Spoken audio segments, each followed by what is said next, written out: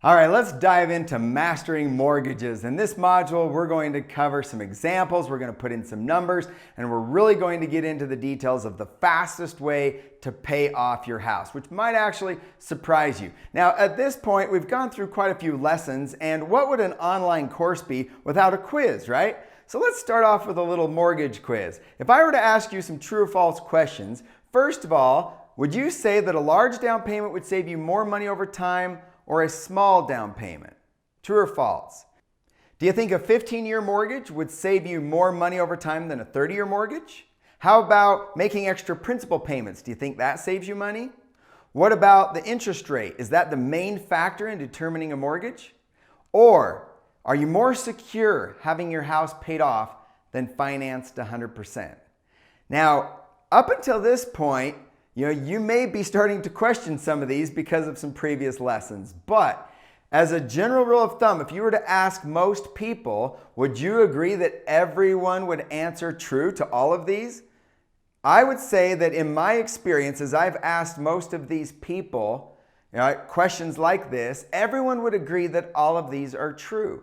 And the reason is because they are only focused on the mortgage itself and not the opportunity cost and everything else and how the mortgage fits in to tax savings and the rest of your overall financial picture. So let's dive into this module and let's see if all of these are true or false. Which mortgage is the best? It's so confusing. There are so many options out there. You sit down with a mortgage officer and they tell you what your options are and you just get overwhelmed with all of the options. So you just have to trust that they are telling you what is in your best interest. And logic would say that some of our previous questions would be true, right? A shorter loan is going to save me a lot of interest. Therefore, it must be better. And things like that. The interest rate. When can I lock in that interest rate? It's all about getting the lowest interest rate.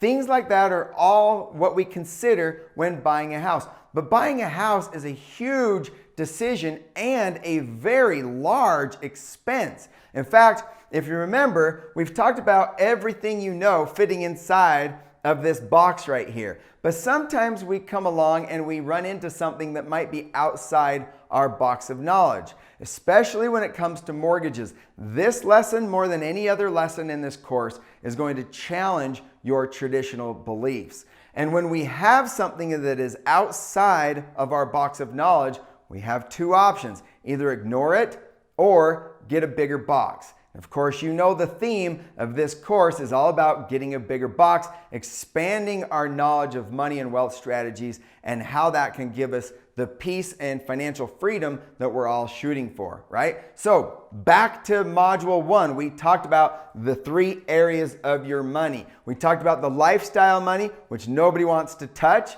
We talked about the accumulated money that everyone is focused on. How can I get a better rate of return on the money that I have saved or on the money that I'm currently saving, right?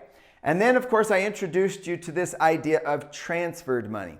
Transferred money is money that you're transferring away unknowingly and unnecessarily. And if you think of a mortgage and how much money you're going to spend on a mortgage and all the interest that you're going to pay on that mortgage and what all your money could be earning if you weren't putting it towards your mortgage, there's a lot of money and opportunity costs and everything else to consider when we're talking about a mortgage. This, without question, is one of the largest holes in your bucket that we want to fill before we can start putting more money into the bucket, right? So let's talk about mortgages in general. So wealth transfers can occur no matter how you decide to pay for your house. We've talked about this before. There are 2 ways to pay for everything, right? You either finance it or you self-finance it. If you finance it, you pay interest to someone else for the use of their money. If you self-finance it, you don't pay interest, but you do give up the interest that you could have earned. Therefore, there's this thing we call opportunity cost. So you're really going to finance your house no matter what. Even if you paid cash for your house, you're still financing it because you're giving up the interest that you could have earned. If you borrow the money, you're going to pay interest to someone else. So which one is better? Let's continue and dive into it. First of all, the first question to explore is, why have a mortgage? Well, we all know there's lots of reasons why we don't want a mortgage, but there are a few things to consider of why you might want to actually have a mortgage. The first one is pretty obvious. This is probably the number one reason why everyone has a mortgage, and that is you don't have enough money to pay cash. A lot of people, if they could pay cash, they would pay cash because nobody wants a mortgage payment, right? But if you don't have enough money to pay cash, you're going to need a mortgage. Now, the second reason you might want to consider a mortgage is the tax deductions. Remember, you can, depending on all the specific numbers, it may change by the time you are watching this video, so consult a tax professional, but you can earn some mortgage interest deductions off of your taxes. That's some free money that you can get from the government by deducting your mortgage interest, up to currently $750,000. But that may change, so consult with a CPA or tax professional. The third reason that you might want to consider a mortgage is a potential beneficial spread between the money that you could be earning and the cost of the mortgage. Remember, if the mortgage is going to cost you 4%, but you could be earning 6%, then do you really want to pay cash for a house? Or would you rather borrow somebody else's money at 4% and keep your money earning interest? We looked at that in the last lesson with Mortgages 101. If you have enough money to pay cash for your house, then even if you get a mortgage, you are in a position of having your house paid off because you could just transfer the money from your safe tank over to paying off that mortgage and your house is paid off. So which position do you want to be in? Well, as we dive into this, let's look at a couple of factors when we're looking at the cost of a mortgage. The first factor is the inflation. Imagine if you could have a mortgage payment that actually decreased over 30 years. How cool would that be? Well, in a way, that's what actually happens. Let's say that you have a $2,000 mortgage payment. $2,000 at a 3% inflation rate. As we look over time, what's happening to that $2,000? It looks like it's going down. Even though you're still paying $2,000 on your mortgage, it feels like over time it's going down. So almost halfway, or no, more than halfway, 24 years into a 30-year mortgage, your payment feels like $983,000, or sorry, not thousand, $983 a month instead of $2,000 a month because of inflation. Think about how much you're paying right now for your car payment. Imagine what your first car payment was. Or think about how much we're paying for college nowadays compared to when you went to school. Inflation is obviously that silent killer we always talk about, but in this case, it can kind of help you because guess what? You're locking in a 30-year payment. You're locking in a $2,000 payment for 30 years on that mortgage if you go with a 30-year mortgage. So over time, inflation in this case is actually going to help you because it's going to feel, on your budget each month, it's going to feel a little bit less as time goes on. Now, what about a down payment? How does inflation affect a down payment? Well, if we change this to $100,000 because maybe you want this big equity position, that's 10. Let's throw in another 0. There we go. All right, let's just look at it 15 years, halfway through. Halfway through a 30-year mortgage, a $100,000 down payment is really only going to be worth about $64,000. So you put all this money down on your house, 15 years later, it's worth less because of inflation. Because remember, if you put a huge down payment on your house, does that change the market value of your house? No, if your house is worth $300,000, it's worth $300,000 with or without a big down payment. So the question is instead of putting $100,000 down on your house, what could that have earned you? Because when you put that down on your house, it just goes into the equity, right? It just goes into the equity. It doesn't really earn any interest. The house is going to grow whether you put a down payment or not.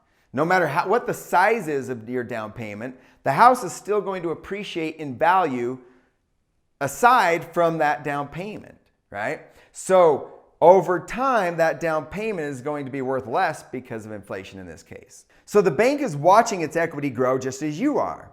Unfortunately, you not only pay the bank interest, but also pay the principal, giving away the opportunity to invest that money and benefit from its future growth. So now you take that money, you put it in on a down payment, and you don't have access to it anymore, do you? And it could have been growing somewhere else. So the question is, what is the opportunity cost? One of the themes of this whole course is, what could you have done with that $100,000 if you didn't put a big down payment on your house? Right? Could you have earned interest on that? Could it have been more accessible? Could you have put that into an account where you had access to it in case of an emergency?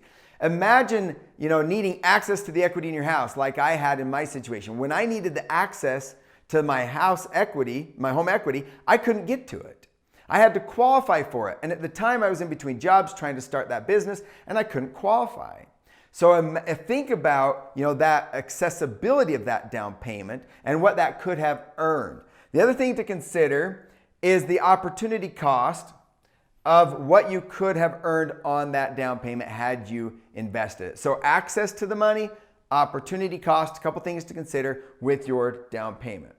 So let's put some actual numbers to it. Let's say that we put $100,000 down on a house that could have earned 6%, and let's say we're 30 years later after we bought the house.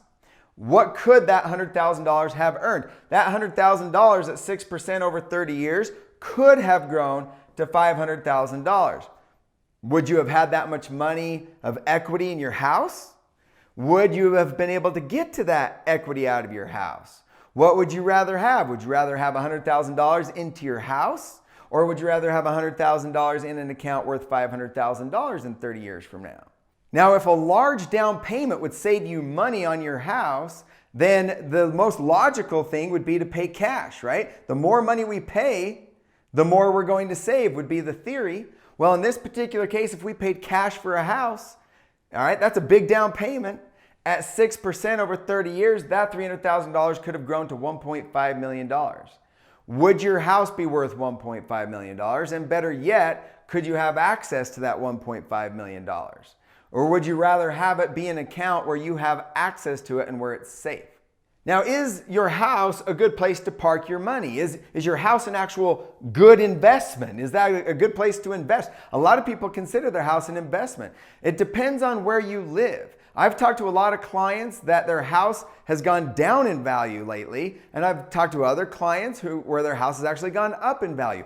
Totally depends on where you live, not only what state you live in, but what city you live in could determine the value of your house. But let's say that we buy a house for $200,000 that is now worth, got to get all these zeros in here, and now it's worth $300,000.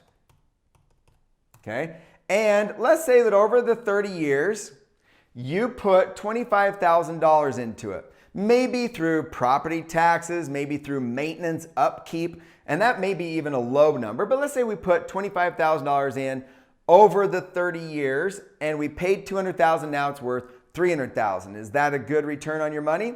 Well, in this particular case, it would be about a 0.96% return, which to be honest with you is about what I see for most people. You might be a fortunate one in your area. Maybe your house value has gone up significantly. But is your house a good place to park your money? Run the math. Find out, how much did you pay for your house? How many years have you had it? How much money have you sunk into it? And what's it worth today? Is it a good investment or not? Okay, so let's put some specific numbers to financing your house versus the opportunity cost that you could have invested that money. In other words, what if we paid cash for a house instead of invested it versus financing it? Let's put some actual numbers to it. We've talked about the theory behind this, but let's put some numbers to it. Let's say that we pay $300,000 for our house. We're paying cash for it. And let's say that the investment return could have been 6% over 30 years. That would have grown to $1.8 million. That is the cost of paying cash for a house. If you had the money, remember, maybe you sold a house, you live in California, you sell the house and move to Utah. You could pay cash for about any house in Utah if you sold your house in California for a lot of money, right? So let's say you paid cash for your house, but you could have earned 6%. Over 30 years, that would grow to $1.8 million. So what if we finance it? What if we finance that house? What if we finance that house at 6%? Well, at 6%, that's going to give me a almost an $1,800 a month mortgage payment.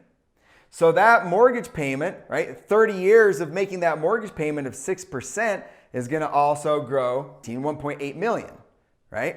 So the sum of the principal and interest is $647,000. But is principal and interest the only thing to look at? A lot of times when you're sitting down with your loan officer, they're going to show you that to borrow $300,000 on a mortgage at 6% over 30 years, you're going to be paying $647,000 of principal and interest. But we know that that's not the only cost, because we know about opportunity cost of what we could have earned on that monthly payment, which would have been the $1.8 million. All the way around, we've got the same results, don't we? Now, what happens when we get a lower interest rate on our loan? If we could get a 4% interest rate on that loan, then everything changes. 1.4 million versus 1.8 million. That's almost a $400,000 difference because of the fact that we could earn more money, right? Earn more interest on our investment versus our interest rate. Now, as of now, you still can get a mortgage interest deduction. So if we click on this loan rate of 4%, let's say you're in a 30% tax bracket. If you're in a 30% tax bracket, you're getting a little bit of a savings. And so really, it's not like a 4% mortgage. It's more like a net cost to borrow. NCB stands for net cost to borrow. So the net cost to borrow at a tax rate of 30% is 2.8%. Now, we're talking about 1.2 million because of those tax advantages. Remember, once you start paying off your house, you're giving up these tax deductions. So this is a huge difference between these two. It all goes back to this opportunity cost, and if you could earn more on your money than what it costs to borrow. So why choose a 15-year mortgage over a 30-year mortgage? Well, survey says the number one reason is because of the interest that people think they will save. So think being the key. Are you really saving that much interest by getting a shorter loan duration? Well, we'll take a look. The perception is that the shorter the loan duration, the more it's going to reduce the cost. If that was true, then the best alternative would be paying cash. So if the shorter loan duration is better, paying cash is best. But in the last screen, we just looked at what happens when you pay cash. That could have grown at 6%. So really the question is not the length of time. The question is, what could you have earned on your money instead of paying cash? Or in this particular case, as we look closer at a 15-year mortgage versus a 30-year mortgage, the logic is, hey, once I get done paying off my house, I'm going to have all this money to save for retirement, right? So what do? We pay more into a 15-year mortgage than a 30-year mortgage if interest rates are the same. Now, we know the interest rates on a 15-year are usually smaller than on a 30-year, so I'm going to look at that next, so hold that thought. But if we had a 4% interest rate on a 30-year and a 15-year mortgage, the payment is the big difference. The amount of money that you're putting out of your lifestyle is the biggest difference right here. But the thought is once I'm done paying this off, if we're looking at a 30-year window, I'm going to pay $2,200 for 15 years, then I'm going to save the $2,200 for the next 15 years. And in a 30-year mortgage, you're going to save a little bit of money each month, $786 a month. That could be invested for 30 years. So is it better to invest a small amount of money over 30 years, or is it better to invest a large amount of money over 15 years? Well, let's take a look. Here is the big factor. The big factor is this, 6%. If we're earning 6% on our investments and we're only paying 4% on these mortgages, then believe it or not, a small amount of money over a 30-year window is actually better in the long run by quite a bit of money here, right? Because of that 6%. So even though you're saving $2,200 a month for 15 years, $786 a month for 30 years is actually better. So what is the big contributing factor here? It's that 6%, isn't it? So if I change that side fund to 4%, And this is just, a side fund is a generic, term for any other investment. If you just put your money somewhere else and invest it somewhere else at 4%, then it doesn't matter. Remember, if I'm paying 4% on a mortgage and I'm earning 4% somewhere else on my money, it doesn't matter which one we do, whether we finance it or whether we pay cash, or whether we invest over 30 years or over 15 years. None of this matters if this is the same as this. Okay, now, like I said, I know that mortgage rates are different on a shorter loan. So let's say we take our 15-year mortgage and we could get a 3% loan on that one and a 4% loan on our 30-year mortgage. And let's leave our side fund at 6% still. So if our side fund is still at 6%, so if this other place that we could invest our money, whatever that may be, is earning 6% and we're in a 30% tax bracket, which of these scenarios is going to be better, a 15-year mortgage or a 30-year mortgage? Well, let's take a closer look. What rate of return is required in that side fund to have a 30-year mortgage paid off in 15 years? So in other words, if we get a 30-year mortgage, but we want to have it paid off in 15 years, we would need to earn a net after tax of 4.36% in the side fund. So if we could find somewhere else to invest our money at 4.36%, we would have a 30-year mortgage paid off in 15 years. What does that mean? That means that you would have enough money saved up to pay off the rest of the mortgage after 15 years. So let's say that we do get a 6% instead of that 4.36%. If we still got a 6% return, and we look at this over that same 30-year window or that same 15-year window, in 14 years, 2 months at 6% instead of that 4%, we would have enough money to pay off a 30-year mortgage in 14 years, 2 months. So what is the fastest way to pay off your house? The fastest way is to get a 30-year mortgage, right? And take the difference and put it into a side fund, and you'll have enough money in 14 years, 2 months to pay off your house. That means you're using a 30-year mortgage. Now think about the other benefits to that. Imagine you lose your job or you come into a situation where, cash flow is tight. Would you rather be trying to make a 15-year mortgage payment, or would you rather be trying to make a 30-year mortgage payment? Because what if you don't have enough money? And we just went through this pandemic with COVID, right? What if you lost your job and you couldn't make that 15-year mortgage payment? Well, you could always save less into your side fund if you needed to and still try to make that mortgage payment. So those are some other things to consider other than the actual math behind it. Okay, so final thoughts here to consider. Look at the tax savings on a 15-year mortgage over a 30-year mortgage. Okay, so this is mortgage one up here, this green line, and the red line is our 15-year mortgage. And over 15 years, you're saving more on a 30-year mortgage, and it doesn't stop. See, the thing about a 15-year mortgage is your tax savings stops after 15 years. A 30-year mortgage, not only do you get more tax savings in that 15-year window, but you also continue your tax savings over 30 years. Extremely important, because remember, once you pay off your house, you start giving up those tax deductions. That affects your qualified plan income. That affects your Social Security income. These future taxes are something to take a really close look at. So let's look at our quiz again that we started with in the beginning.